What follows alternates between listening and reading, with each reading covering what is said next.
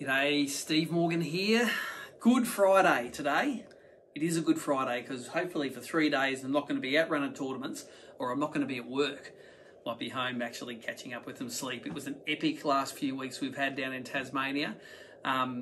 Interesting fact, I took a few days off after Tassie to R&R and I pulled this phone out of my pocket and I took a video of a brim parasite, and it's nearly now my first video that's had 1 million views in a week. So that's on Facebook on my page, on my Steve Morgan fishing page. It just goes to show I can spend days and weeks making awesome curated content from the tournaments that I'm sure that you're very engaged with. But if you want to talk to every other muppet on Facebook and YouTube, you've got to do a YouTube short, or you've got to do a short little video that shows something stupid, like an isopod parasite that we all see on the brim every day when we're fishing down in Tassie. But if you take a video of it up close, it looks like something out of the Aliens movie, and you get 1 million views. Well, 800 and something thousand at the moment. Bring it on. Just have to get the clickbait going. You notice a lot of my channel stuff isn't clickbait, it just says what it is. I'm a big fan of making good quality content like this myself, not into ripping off anyone else's content. Let's just let's make our own content, make it good. And I know you guys, like the highly engaged viewers of Tackle Fridays, you like to see what's been happening in the Fishing Monthly office, what tackle's been coming and going, maybe a couple of tips on the way. So first thing I'm going to mention is I got back to the office, and only just now I realised that, holy shit, last year I won both of the Opens, the Australian Brim Open and the Australian Bass Open. Never been done before, and I'm sure as shit it's going to be hard for anyone to do that again, in particular me. It was a Bass Open that was on a river, which is the only place I'm any good at catching bass. And the Australian Brim Open was on Sydney Harbour, which about once every 7 years I worked out I get lucky on that place. So I've got the two trophies here just to record it, just because they're going to get split up next month. The one's going to go down to Sydney, the Greg Lee Memorial Trophy, this one right here, is going to go back down to Sydney, and someone else is most likely to win that. And come September, this great Joey Urquhart built trophy here is going to go down to Glenbourne Dam, and someone else is probably going to win that. So this is just a bit for my memory that I can remember what the two trophies were like together. One of the things we did on the way back from Melbourne, we did a favour for Paul Neller. Paul Neller's from Deception Lures, lives in Maclean in northern New South Wales. I picked up a guitar for him. He loves his guitars. Apparently he's good at playing them. I've never heard him play them. Could be made up for all I know. Anyway, Chappelle Corby style, I transported a guitar wrapped up in a bag, which could have been full of anything. Coca-Cola. Could have been. Anyway, I delivered it to Paul. I said, I don't need anything for it, mate. I wanted to do you a favour. But he came to the party and he gave me some of these great Neller lures. So I'll put these away. They're going to come out of Barra Tour time again. But the Neller glide bait's going to look like a little bony brim there. See if I can attract something to that. It's a little bit smaller than that Roman-made mother I bought. Might be a bit easier to throw. I've got some lovely garfish imitations. So these are articulated garfish imitations. They're not that heavy. I reckon they must only either float or sink really slowly. I didn't really get much info on these, but I'll work it out when I'm on the water. Really strong Barra style hooks, strong connections. That might work. Here's another one of the different colours. Don't know how much of a glide bait maker Paul is, but we'll find out when we get these suckers on the water. But I did like these. He dropped in a couple of these jerk baits as well. I assume they're suspending because he's whacked a couple of the sticky dots on the bottom, I suppose, to balance that weight out. If they're suspending, that is exactly the right size that I love for my live scoping and perspective mode, the Barramundi. So a couple of Barra tools that I'm going to put away there. Don't know what that's worth retail, but it sure was worth taking that guitar full of whatever was in it from Melbourne to Maclean on the north coast of New South Wales. One of the things we did on the way back, we stopped in at the great ABT sponsor, Manning River Marine, and I was trying to find some big crabs. And of course, Chris Hickson, you didn't have any of the crabs that I wanted, the big 65mm crabs. In fact, they're pretty hard to find nowadays. I reckon I raided Adam Costa from fishing.com.au's last crab stocks only a bit earlier today. Rang him up, said, what do you got left? Yep, I'll have that, and that. So bad luck. If you're trying to get him off Adam, he won't have any till Steers. He gets some a little bit later on.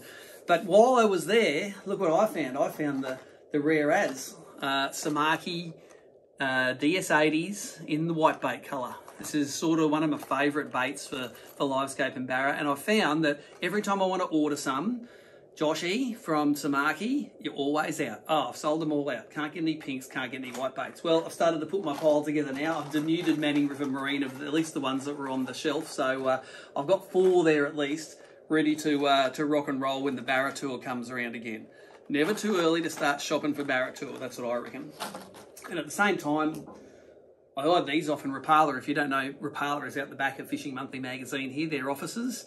And one thing that we're always saying on Barra Tour is, Nicole, where are the, you're allowed to say it, pliers. Where's the effing pliers? So I've got a few sets of really cool mustard ones with the green handles in the boat, but too many is not enough. So I thought this is great for when they get one of these things stuck so far down their throat you nearly have to stick your arm in there. That's going to give me a fair bit of reach. Stainless steel, Rapala pliers there. I can dig that from nearly a foot away down the Barra's craw. So that's a bit of Barra Tour. Is it shopping if I knocked it off? Don't know. I said, how much is this? And then they said, that one's been written off, you can have that. So this is an acquisition that, thank you Rapala, I've got a set of Barra Tour pliers. One of my many sets of Barra Tour pliers sitting there ready to go. So enough talking about Barra. That's at least 6 months until Barra starts again. Let's talk a little bit about brim. The question I get asked most often regards to brim is, what straight through fluorocarbon do you use? For 10 years, it was, and still is, on a few of my reels, the Yamatoyo spinning fluoro. That's available in 2, 3, 4, 5, 6, and I think some higher grades of Yamatoyo spinning fluoro. Great line. I've been recently trying the Daiwa Finesse J-thread fluorocarbon. That's in the pink box. If my editing skills are up to date, you'll see one right here. So that pink box, the Daiwa J-thread, been pretty good. I've been using that probably for since the grand final last year, maybe. I've been rolling some of that out. And Adam from fishing.com.au says, oh, you've got to try the Atomic stuff. It's pretty good. So he was good enough to organise these to magically turn up at the office. This is the Atomic FC spinning. So again, another straight through fluorocarbon. I can't tell you if it's any good or not because I've got a 6 pound, 4 pound, 3 pound there.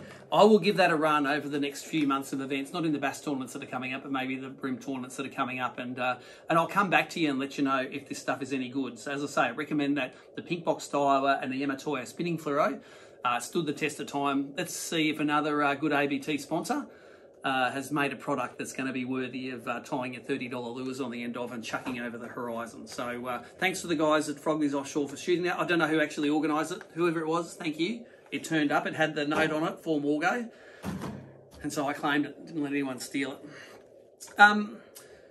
What's happening next is a couple of bass tournaments. We've got the Clarence River and the Richmond River rounds of the 13 Fishing Bass Pro Series, and I am so organised, all of the bass gear is in my boat already. It may be left there from the Victorian bass rounds, because I still haven't taken out anything yet, but who cares how it got there? It's in there. And I don't think I'm going to pull it out. I'm just going to leave it in there. I've taken all the brim rods out of the boat this afternoon. I'm going to whack the bass rods back in there, and we're going to get rigged up for those 2 river events. So of all the bass events, I love the river events the most because rivers with current make a little bit of sense to me. I can sort of understand where the bass are going to sit. I know what they're going to do on the running tide and the run out tide. And I love a long fishery. It can be 100 kilometres from the top to the bottom of some of those arenas. So you can go and find your own patch, work the fish out, and probably don't have to share them with too many people. Now, one of the tools that I've been using in that research is an app for your computer called Google Earth Pro. I know we all use Google Maps when we look at the maps, and in New South Wales, I also use a site called 6 Maps in New South Wales. It gives you a really detailed aerial view image of the New South Wales areas. But a tool on Google Earth Pro is been there, it's like a route calculating tool. And it's, when I say calculating, all you do is you draw this line with all these nodes in it like you're making a route down the river, and it measures how far it is for you. So I've spent the last week, and I'm going to put a few of the pictures in the cutaways here. I spent the last week mapping out all the long runs we do. I've mapped out that Esk River run from last year, which was 78 kilometres to where I started fishing. I mapped out the Emigrant Creek run from Corokai, which is a little bit shorter, but still a big long run on the Richmond River. I went down and I marked the run that we did last year in the grand final at Port Stephens, all the way from Soldiers Point, all the way up to Mile Lake, the top lake, with lots of 4-knot zones in the middle. That one there is about 50 kilometres, I think. The Hollands Landing one, I thought Hollands was a bit of it's a pussy run, that's not really far, but to the end of Hollands Landing is around 40-something kilometres as well, all the way from Meetung. I've mapped it in there, mapped a few of our Tassie runs, but importantly, because I did a few kayak tournaments down in Tassie, I want to make sure that I'm not paddling more than about 10 kilometres in a round trip during a day, because I'm not a real good kayak fisherman and I know I get sore legs. And so I mapped out how far my kayak runs from Melshell's Oyster on the Swan River all the way down to near the mouth of the river. And I thought it was about 8 or 9 kilometres. It was about 5. So it took me a long time to get there too. So it's pretty important to not overextend myself on some of those arenas. I just sort of keep within my capacity. My problem as being a kayak fisherman is I get somewhere, have 2 casts and I want to go somewhere else. It doesn't work if you're a kayak fisherman. You've got to stick there and work out the fish. I'm just impatient. I want to go and find other fish that are doing what I want to do. So there's some of those highlights, some of those screenshots there. Google Earth Pro it's called, and you can really, helps you with your fuel planning, helps you with your time planning in events. If I want to run all the way up the top of Bungawobbin Creek when I'm down the Richmond, if I want to drive all the way up as far as I can up the Wilson River, I can work out all of these distances and work out if I'm dreaming or not. So that's the tool that I use to do that. Interesting week. Wearing the Bass Classic shirt here. We bought this as the souvenir last year when we were at Carl Jockimson's first Classic, but the Bassmaster Classic was just on. Interesting fact, Justin Hamner that won the Classic is a Buck and Bass guy. Buck and Bass is an ABT guy, so we're sort of related. This one here, we have stock of these in. These are now worth, I've got to be worth double what they used to be worth. The Hamner version of the Buck and Bass cap, it's the maroon version. If you're a Queenslander and you like Bassmaster Classic champions, this is the ideal cap for you. We've got some of them in stock. I think they're 39 bucks. Quality like Buck and Bass stuff normally is. But one of my proudest moments was I'm watching the Bassmaster Classic live coverage, and he is wearing the brown hooded Oroville jacket. This is a brand new one in the box that we sell at ABT here. But this is my favourite jacket when I'm down in Tassie. Again, in the cutaways here, you can see all the times I'm wearing this windproof jacket. It's like a puffer jacket. It hasn't got down in it. It's got a synthetic coating or synthetic filling on the inside, but this sucker is windproof. So when you're driving down the Huon River and it's like 6 degrees in the morning, you can throw the hood on your head. It keeps your glasses, it keeps your hat on, and you don't need another layer. You just have my shirt, my fishing shirt, my long sleeve shirt, and I have this hooded jacket, and it is all you need. So coming into winter, people ask me what my favourite Buck and Bass gear is. It's like the reservoir rain suits are cool, and they are coming into stock soon. Apparently they're en route now. But my Oroville, I wear these fishing and I wear them a lot socially as well. Keep the wind out. If you're only going to have one jacket, they're the ones you need. They're available on the Tournament Boats website. So Hamner hat, Hamner jacket, you two can be dressed just like a Bassmaster Classic champion. Now I'm going to give away this hat. This one here, someone said, you need to have some giveaways on Tackle Fridays. Okay, we're going to have a giveaway. Tag a mate who will be jealous when you have the Hamner version Buck and Bass cap. Tag him.